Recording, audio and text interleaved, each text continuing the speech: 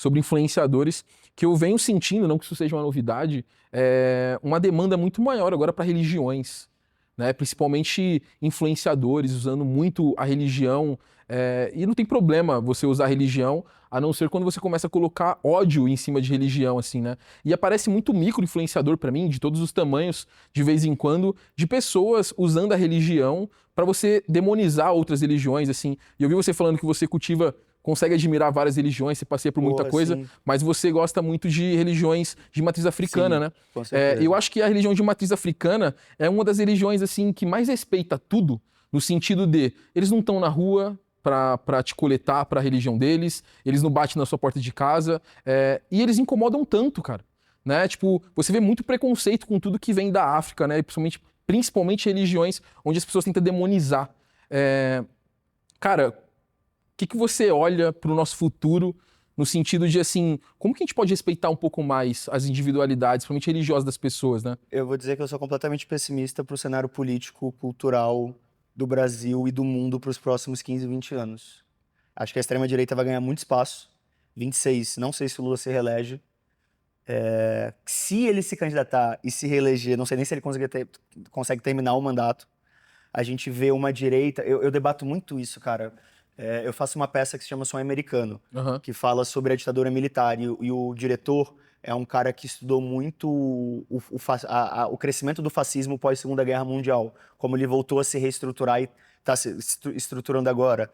Não se faz nenhum movimento político pensando em menos de 10, 15 anos. E aí a direita vem ganhando base, ganhando força política, midiática há muito tempo. Eles devagarinho foram crescendo, crescendo, crescendo, e o bolsonarismo só foi o pico de explosão exponencial deles. Mas ele já vem fazendo esse trabalho com um certo grupo político de pensamento, com certas ideologias, há muitos anos. Sim. E a esquerda, depois que o Lula foi reeleito em 2006, enfim, e aí veio o governo Dilma, impeachment, essas paradas, eles pararam de fazer o trabalho base deles. Que durante a ditadura militar, o povo brasileiro era muito engajado politicamente. Sim. Protesto, durante a ditadura... A gente não tá falando protesto hoje. Não, é outra Tá falando coisa. de protesto de ditadura militar. Total. Estudante, tipo, mano, morrendo. Artista sendo morto, Enfrentar perseguido. campo de batalha A gente mesmo, tá falando né? de... tipo assim, é um cenário que eu não consigo nem imaginar como é que é. E aí a esquerda se desarticulou imensamente. E não vai ser em um ano até 2026 que a gente vai se articular. A gente tem que voltar a fazer um trabalho de base. Voltar a conversar e entender as demandas do povo. Um processo de conscientização política mesmo. Porque a direita faz isso com a ideologia delas. Tá nas igrejas, tá no empreendedorismo, no discurso meritocrático, trabalha 20 horas por dia que você vai chegar lá, sabendo que tem empresário que manda um pix de $500 mil em 5 minutos e foda-se. Então, tipo assim, eu no cenário político vejo a extrema-direita ganhando um grandíssimo poder e não sei o que vai resolver isso, não. Total, também não vejo. Não sei o que vai resolver isso, não. O cenário político é preocupante mesmo, né, cara? E isso influencia em tudo, né? Total. Isso vai influenciar em tudo. Porque é esse discurso que eu tava falando de o inimigo do povo. Quem que é o inimigo do povo hoje? Pessoas pretas, LGBTs, artistas, enfim. E a extrema-direita avançando. Eu também não vejo otimismo, não, para os próximos anos, assim, no sentido de... Acho que eu comentei até em outro lugar, assim, que o que sobra pra gente é a arte. É o único meio do qual a gente consegue desafogar o nosso discurso para conseguir trazer aquilo que a gente entende como verdade. É o que eu vou fazer nos próximos anos. Você através da sua peça, você tem uma peça que você fala sobre os impactos, né, do sonho americano e essa trajetória do novo fascismo. Ainda Estou Aqui ganhou um prêmio por conta de uma crítica à ditadura. E aí a arte, por exemplo, esse papo aqui, ele é um movimento, ele tem um movimento político, né? Ele não precisa ser partidário, mas o que a gente está fazendo é política. Com certeza. Então, e é um espaço independente porque é o que a gente tem. Aí eu olho para os nossos setores, poxa, o cinema agora, por conta de um financiamento praticamente privado, o nosso financiamento público ele é totalmente desorganizado para a gente poder criar filmes dessa magnitude. O esporte, por exemplo, a gente não tem mais tantos representantes, acho que a gente nem tem representantes líderes mesmo, por exemplo, como tem nos Estados Unidos, tem o Colin Kaepernick, que é um dos caras que foi contra o hino dos Estados Unidos e o que estava acontecendo no movimento negro. A gente parou de produzir ídolos e a gente foi matando os que a gente tinha, né, a memória deles, e só sobrou a arte. E aí o que a gente tem hoje como movimento de esquerda, que é o que você colocou, é um movimento que nunca pisou numa comunidade, nunca pisou numa favela e tenta replicar aquilo que quem veio de lá sente, né? Então fica muito difícil porque a gente cai numa associação negativa com tudo. E eu entro muito nesse debate, cara, porra, e eu toco, a galera tem muita gente que me critica por conta disso. Mas eu não consigo mudar esse pensamento. Eu posso estar errado, daqui a 20 anos eu posso olhar pra trás e falar, pô, o Gabriel realmente pisou na bola. Mas eu venho de uma família que ascendeu socialmente, não? Então a minha geração da minha família é a primeira que ascendeu pra classe média, assim, de uma maneira geral. Então eu já vivi em colégio particular, eu já vim era o único preto de pele clara do colégio, mas enfim, eu já vim de uma classe média. E as coisas que eu vivi não se comparam ao que uma pessoa retinta, uma mina trans, periférica vive. Antes de eu pensar em falar sobre bissexualidade, antes de eu pensar em falar de um gênero neutro, antes de eu tocar em algumas pautas, cara, a gente tem 50 milhões de pessoas no Brasil passando fome. É loucura. Entendeu? O discurso da esquerda não... Desculpa, gente, o discurso da esquerda não pode ser bem-vindes. Porque tem 50 milhões de pessoas passando fome.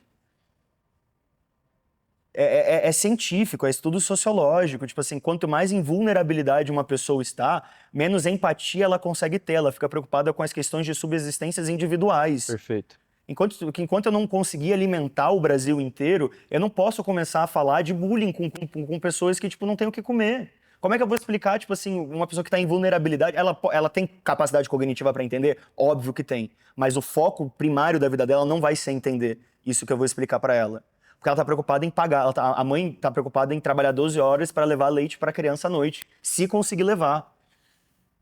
Então a gente tem heranças preconceituosas de séculos que a gente não vai resolver agora. É importante resolver? Óbvio. Eu acredito muito no uso do pronome neutro, até porque muitos países têm, a matriz linguística de muitos países já é o pronome neutro, né? Então a gente sabe que funciona. Em inglês não existe eles e elas, é they, eles. Tem o ele e ela, mas tem os pronomes neutros também. Em outras línguas também tem isso. Então, óbvio que eu quero falar de invisibilidade da bissexualidade. Óbvio que eu quero falar. Eu sofro preconceito. Óbvio que, como uma pessoa preta de pele clara, eu passei por vários invisibilizamentos também. Mas, caralho, eu nunca tomei um tapa na cara numa abordagem.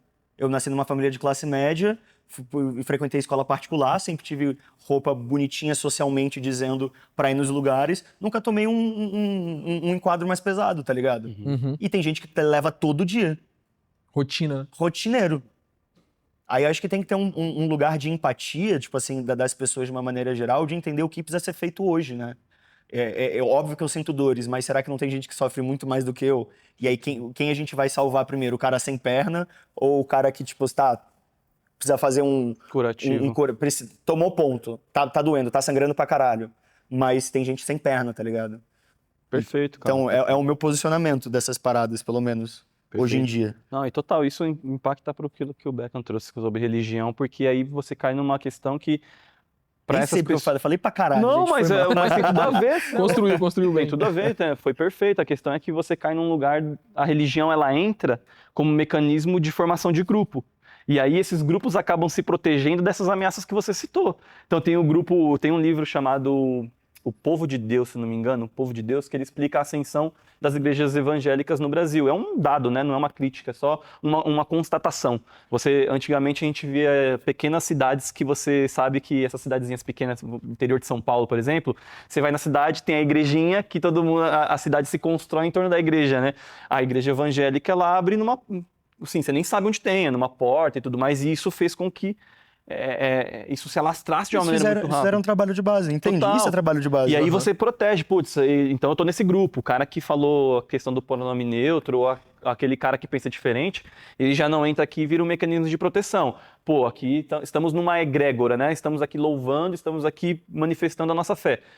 E aí começaram a transformar esse discurso meio que tipo, quem tá de fora quer atingir, quem tá de fora... Aí começa a virar essas disputas ideológicas e disputas de religião que você começa a atacar o outro e ver o outro como seu inimigo. Aí perde total sentido da fé, perde total sentido político, né? A política não pode ser uma política de guerra o tempo inteiro.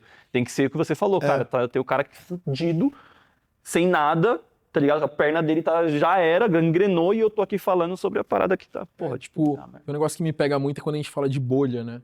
E aí, tipo, saiu da bolha, eu saí da minha bolha. Eu acho que a gente tem que parar de falar a palavra bolha, porque ela parece um negócio tão fofo, assim, né? Mas é um muro, cara. Acho que as pessoas estão em muros hoje em dia. E você constrói muros pra se proteger. Ponto final. Entendeu? Então, eu acho que hoje o ser humano ele tem essa necessidade de sempre estar em muros, que são os grupos. Então, a partir do momento que você forma um grupo, é automático você ser rival do outro. Formei meu grupo de futebol, ele é rival do outro e ponto final.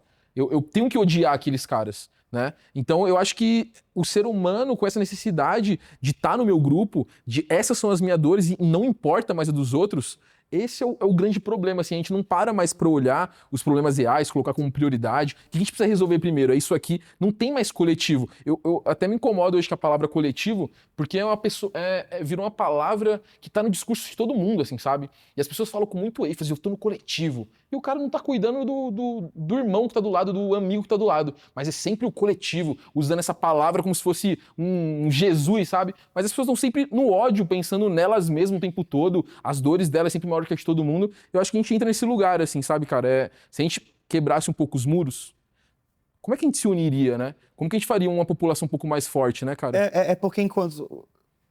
Eu vou acabar entrando em lugares mais marxistas, mas é porque enquanto a gente está nesse lugar nebuloso de enfrentamentos de coisas que de fato não vão transformar a sociedade, é benéfico para um grupo específico, que é o grupo que está dominando tudo. Total. Quem está dominando tudo não quer que as coisas mudem. Então a gente está nesse debate mais superficial em muitas questões. A minha religião é a certa, a sua religião é a certa.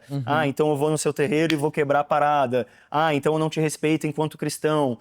Então vamos falar sobre as dores que são legítimas, a gente vai precisar discutir, mas talvez não seja o foco agora. Enquanto a gente está nesse discurso, a galera continua deixando o sistema do jeito que está.